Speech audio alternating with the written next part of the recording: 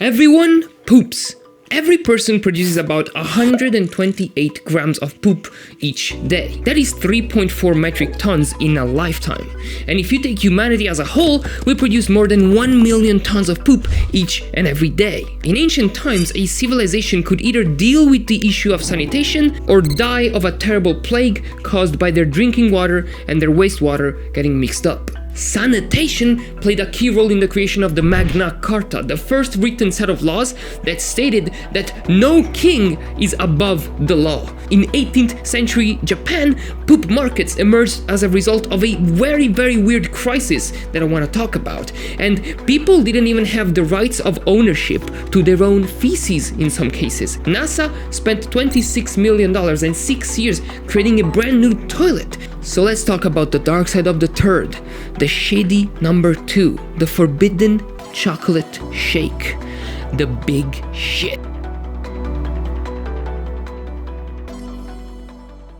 War has the pervasive tendency of binding itself to every other facet of human existence. The year is 1204. France is at war with England. To no one's f***ing surprise. Now at that time, England controlled a portion of Normandy, and one of the pivotal points upholding English influence over continental Europe was Chateau Gaillard. Gaillard.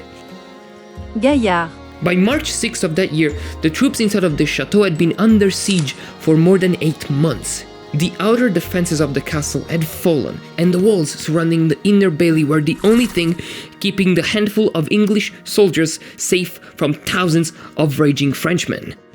The worst kind of people on earth. On that fateful day, King Philip II of France had a genius idea. He got a handful of soldiers to crawl through a disgusting, poop-infested, slimy, nasty, diseased chimney that served as the outlet for a garderobe. It was a medieval bathroom usually found in castles that would dump its poop straight on the outer walls of castles. Now, a few of the soldiers climbed up the chimney. They emerged inside of a chapel. That's where the garderobe was located. They sneaked around and managed to open the gates for their fellow soldiers. After that, the already tired and demoralized English soldiers had pretty much no hope of winning. The chateau fell, and that was among the final blows that ultimately severed the ties between the English barons and their king. They felt that their king had not been able to defend one of his lords, defending his name, fighting under his name. This led to quite a long and involved war, and one of the resolutions of that big conflict was the creation of the Magna Carta, a written set of regulations that stated that no one was above the law. Not even the king and his court. As with everything cool, the Romans also dabbled in shit. They had this underground sewage network called the Cloaca Maxima, and according to historian Livy, these were works for which the new splendor of these days has scarcely been able to produce a match. That is kind of crazy. And this cloaca was actually very advanced for its time. It connected the 11 Roman aqueducts to a single waste disposal system. Some parts of it are still in use in modern-day Rome. It is said that some of the tunnels were so big you could drive a cart through them, if you didn't mind the never-ending sea of shit, getting your shoes all sloppy and weird. This was a feat as impressive as the Romans' ability to all poop together in a communal toilet with no privacy whatsoever. They would just stare at each other while dropping the fattest one around. Now there's rumors that say that they also had communal sponges on sticks that they would all use to wipe their butts and then just drop them back into a bucket of water and salt and vinegar, but more recent hypotheses seem to indicate that these were used just to scrub the toilets clean of, the crusty remains of whoever came before you.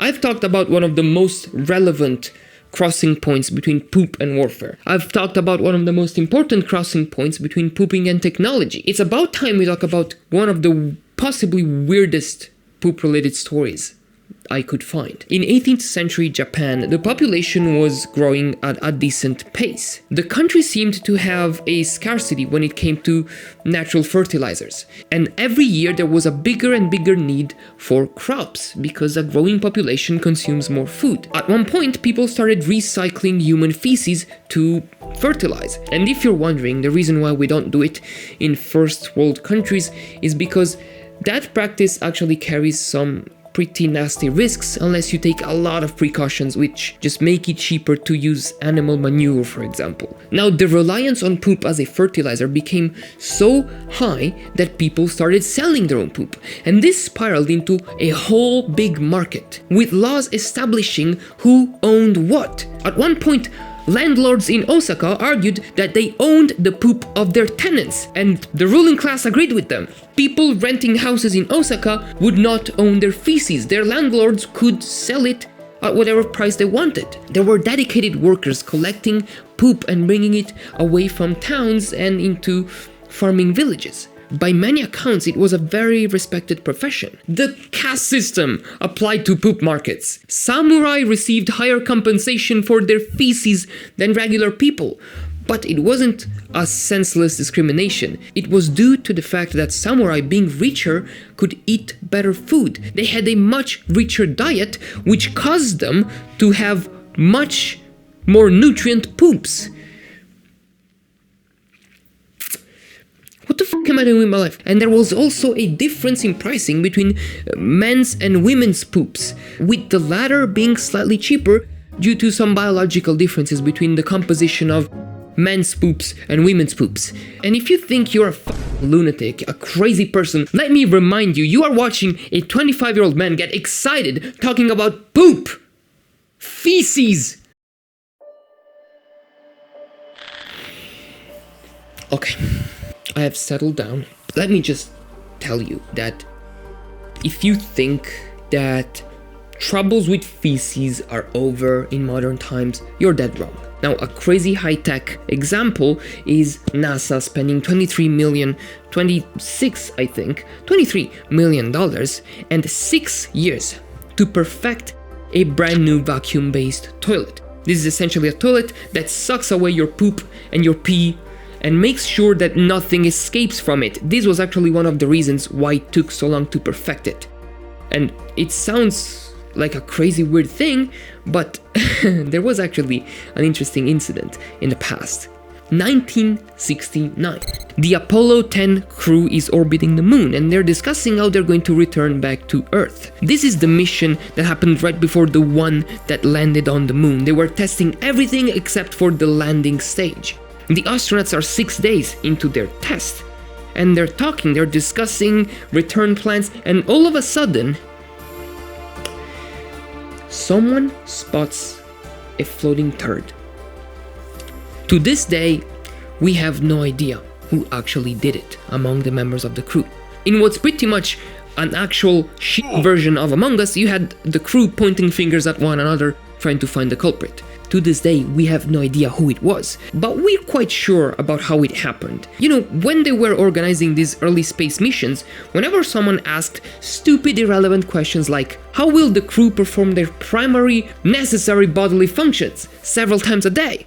People would dismiss such questions with things like, let them shit in a bag. And so every time a member of the crew had to go number 2, they would take a bag, tape it to their butt cheeks, and, lay a fat one in it and then close it off and bring it back to Earth for analysis to see the effects of space and zero gravity on the human body. So it is clear that someone clearly missed the target. Now, this modern toilet obviously doesn't have any of those issues. It sucks everything in perfectly, and it even filters urine so that astronauts can drink it again. And NASA actually hopes that one day they will be able to recycle the water from feces as well. As disgusting as it sounds, poop is actually 75% water by mass. So in space, that's actually a lot of water. Also, the toilet was made to accommodate female anatomy for the first time in the history of NASA.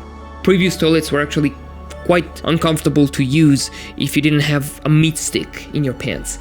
It's kind of mind-numbing to me how something as simple as a bunch of apes producing brown, poopy bricks can have so many aspects of it. You know, it influenced history, it's influencing science, technology. It pushed early civilizations into coming up with technological marvels to overcome the challenges of sanitation. Waste management is unironically one of the foundational pillars upon which a successful civilization rests. And a few clogs into a very big underground network is what it would take to bring most major cities to their knees, undermining public health and safety. And for once, in a partially silly, partially educational video, I would like to remind you to be thankful for these sanitation services and for the sanitation workers that actually deal with your shit in a literal sense. Those people are the only reason why your neighbor's poop is not coming out of your shower.